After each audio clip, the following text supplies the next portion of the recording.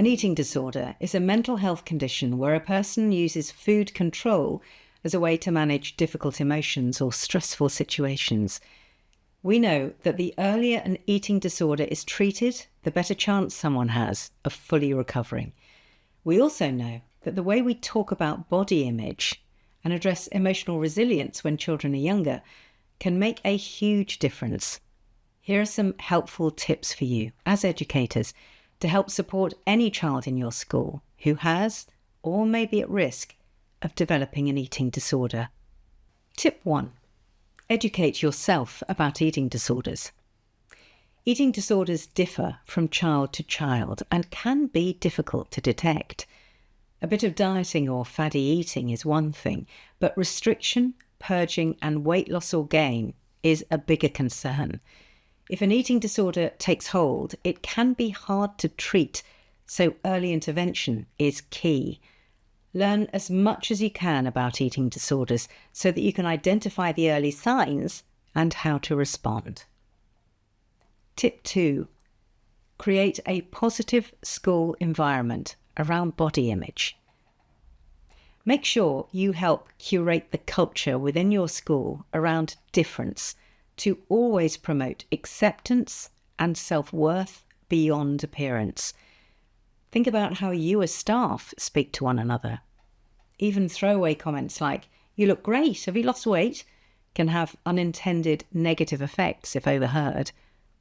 What images are being posted? What forums are there for positive discussion?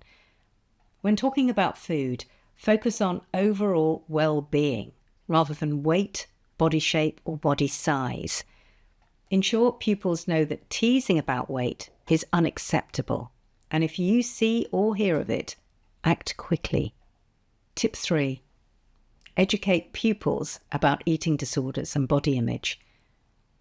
Studies show that by educating young people about body acceptance and the risk of weight control behaviours and eating disorders, the less likely they are to develop disordered eating, and the more likely they are to speak up if an issue arises. While education about food types is important, we want to encourage young people to focus on how different food makes them feel, rather than labelling foods as good or bad. Tip 4. Make your classroom a safe space.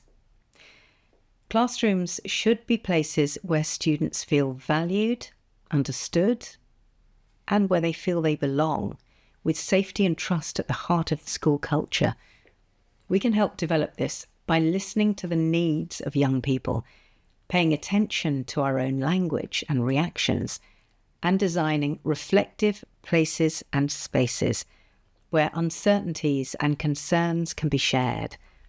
Foster a culture of respect by encouraging positive language and behaviour.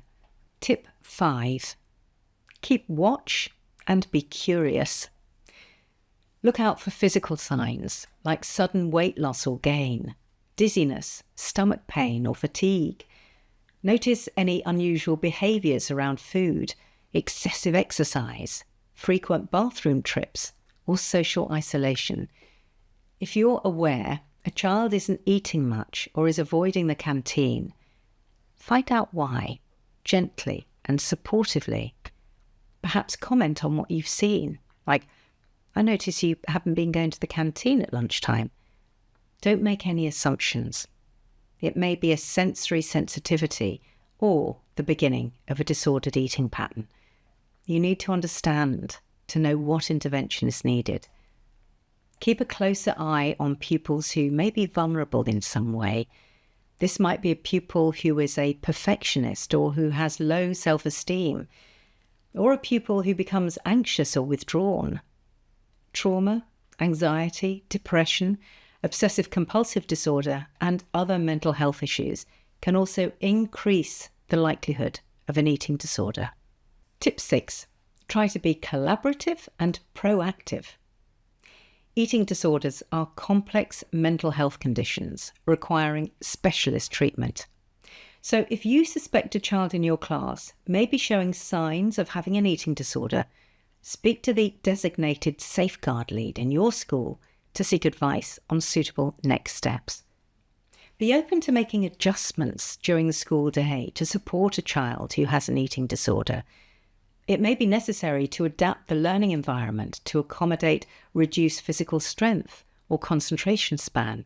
While you are not responsible for diagnosing or treating an eating disorder, your awareness can be the first step in helping a student get the care they need and supporting them in school.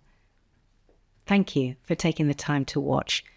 Your dedication and care will be making a big difference to the children you're hoping to support. If you'd like more information on eating disorders, please go to our website, nipinthebud.org.